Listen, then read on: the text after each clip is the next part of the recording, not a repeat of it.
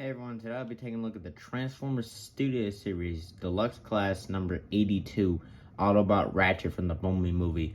And Hasbro is not only reducing on package, but also, plastic, but also package size, because this used to be a deluxe box. Now this is much smaller, and also one of the plastic things aren't attached to the arm properly. If you could see that, it's just hanging in the background of it. I don't care. I didn't expect this packaging to be this small, but it's very tiny.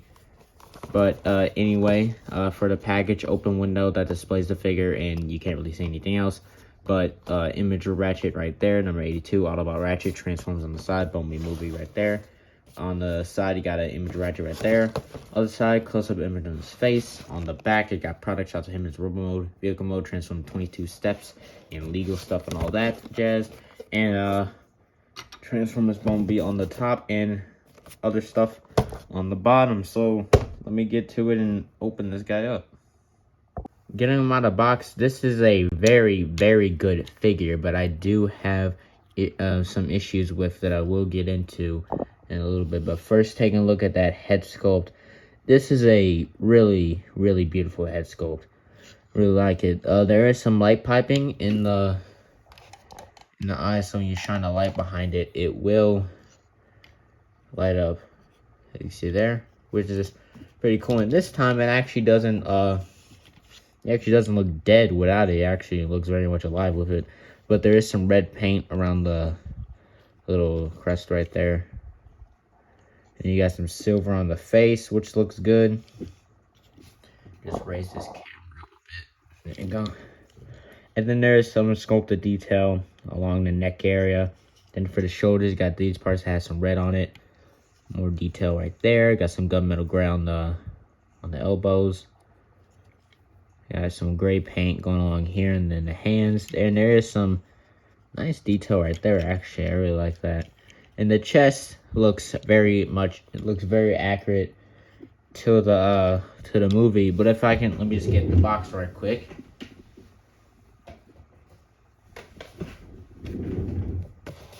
See, for the on the box, just a little inaccuracy. You see the tires aren't actually showing right here on the, it's not supposed to show anyway, because both of the tires are right here. It's supposed to be faux tires.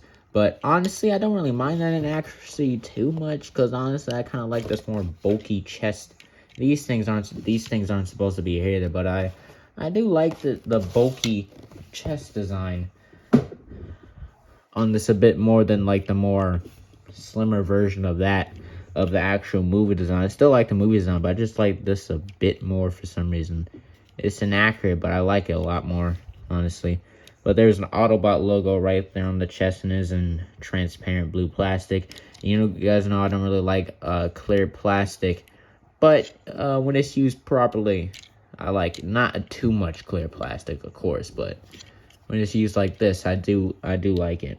There's some red painted right here, and then you got some gunmetal gray painted there as well, and that looks really good, painted very cleanly as well. And some more gunmetal gray right there for this section. If you actually untab this chest area, you can actually get some side to side. I learned that from T-Man 978. It's pretty cool if you want some extra articulation. And then for the crotch, see right there, it is actually kind of yellowing on my figure. This was right out of the box. People had some issues with this figure yellowing, and mine was actually kind of yellow right out of the box. You're not gonna be able to see it, but you can get to see. It's more. You can see it more when there's not a lot of lights on it, but on camera you might be able to see just some slight color difference right there without the lights, and also definitely off camera. You can definitely tell it way more than on camera and with all the lights, but you can kind of see it on camera. There's a slight color difference, and also on the crotch in this section right there, and also I think this area right here. But as long as this doesn't turn piss yellow, I'm fine with it. But it's just a slight inconvenience that annoys me. But there's some detail on the thigh, and then you can see the rest of the thigh right there has some sculpted detail on it. Yeah, and then you got the faux tire right there. Has some nice gunmetal gray on it. And some more gray alongside here. And some red across there. And then the feet, pretty plain. Wish there was a bit more paint on it. But honestly, this figure definitely feels like it's worth the $20 price point. Or $23 price point now.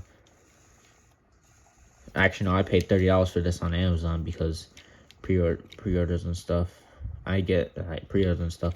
I don't know if that's how it works everywhere else, but for me at least, every time I order some, it goes from 22 to 30. I guess because of tax and shipping. But there is still some sculpted detail on the feet. And then the bottom of the feet, you just got some peg holes and stuff. And the back, that actually cleans up pretty nicely here. You got some sculpted detail right there.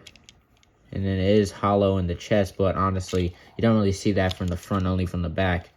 It is hollow back there, though, but honestly, I don't really care. There is some detail there, though. So, yeah, awesome looking figure. For your accessories, he comes with this one gun, and it's kind of a big gun. It's about half the size of him. You can plug it into the hand, of course. It's right there. And that has some nice sculpted detail on it.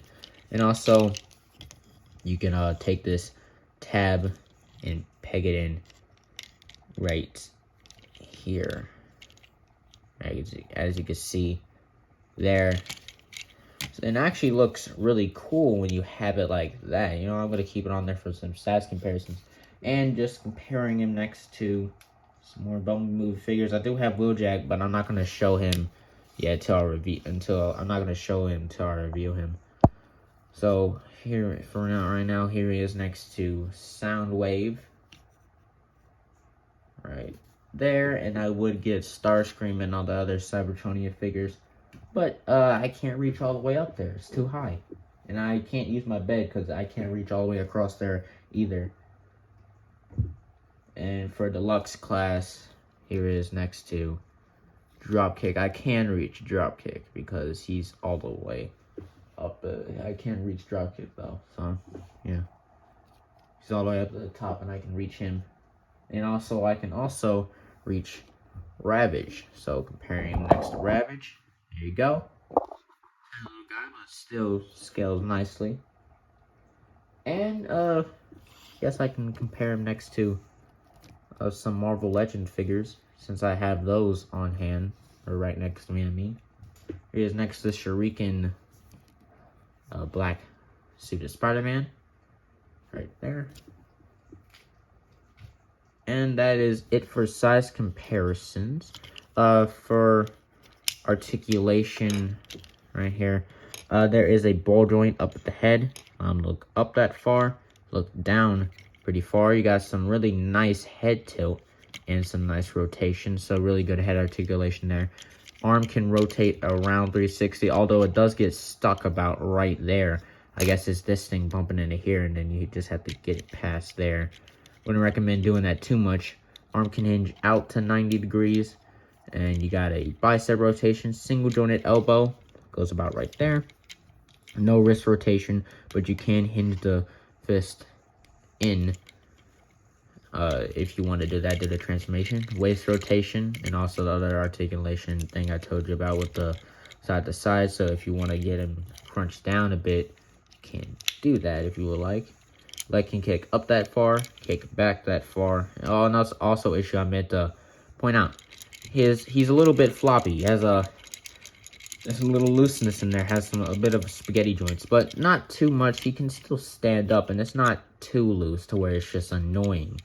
But can kick back, kick forward, go out very far. Thigh rotation, and also on this side, the thigh likes to pop out every time I rotate the thigh.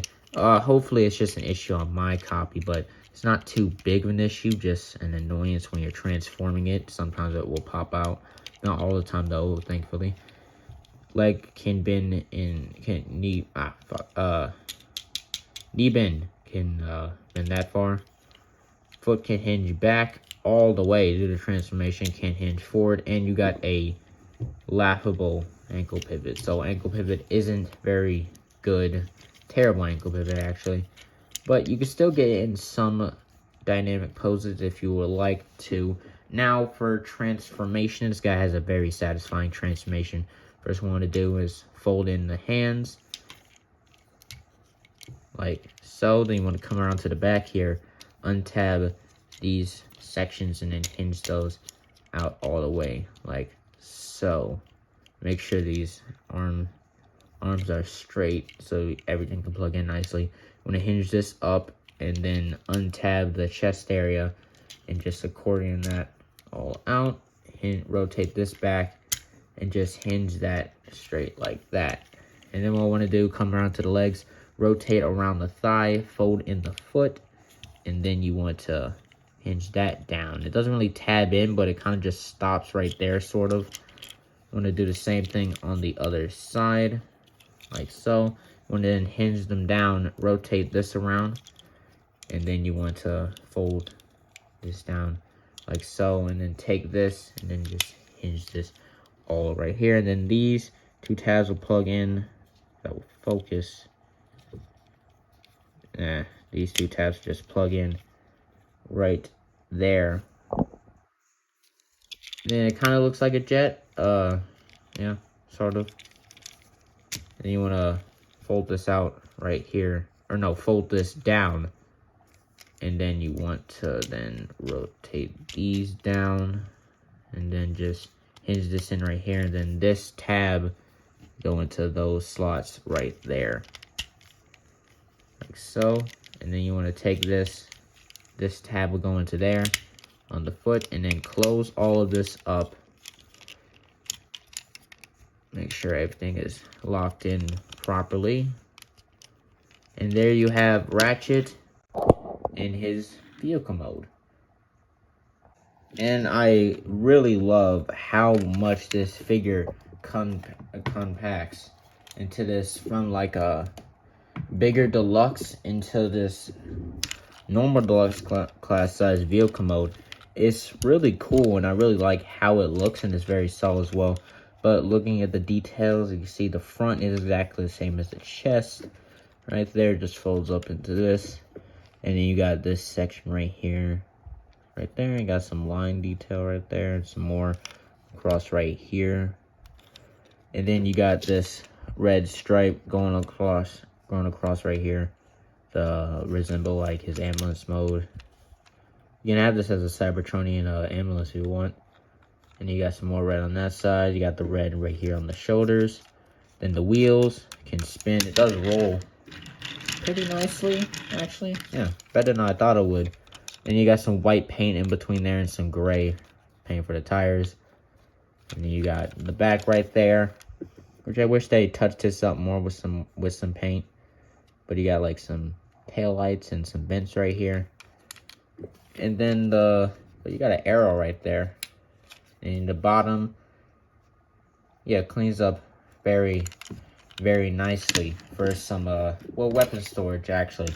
See, you could store this right here, and I actually love how that looks. For some reason, I like how that looks. I guess, like, since it's like a Cybertronian vehicle, you would think like a big ass gun would just pop up from the front and then just start like shooting at the enemy Decepticons. So that's pretty cool. And then for size comparisons, here he is next to Soundwave.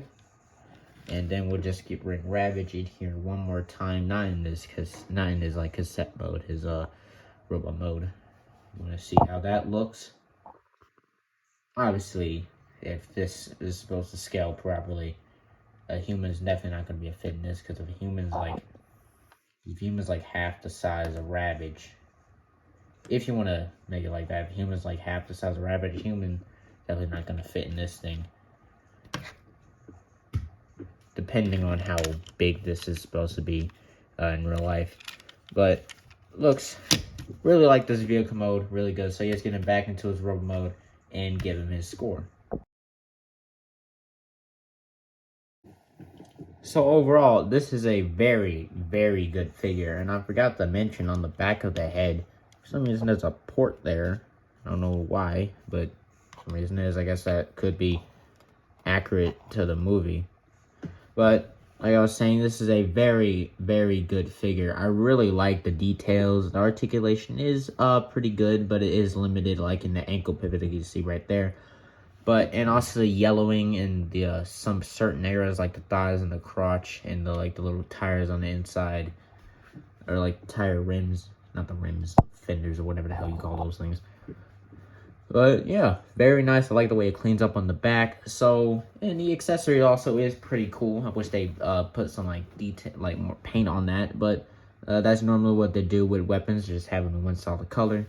But anyway, I give this figure a definite 9 out of 10. Anyway, that's it for this review. I see you next time. Bye.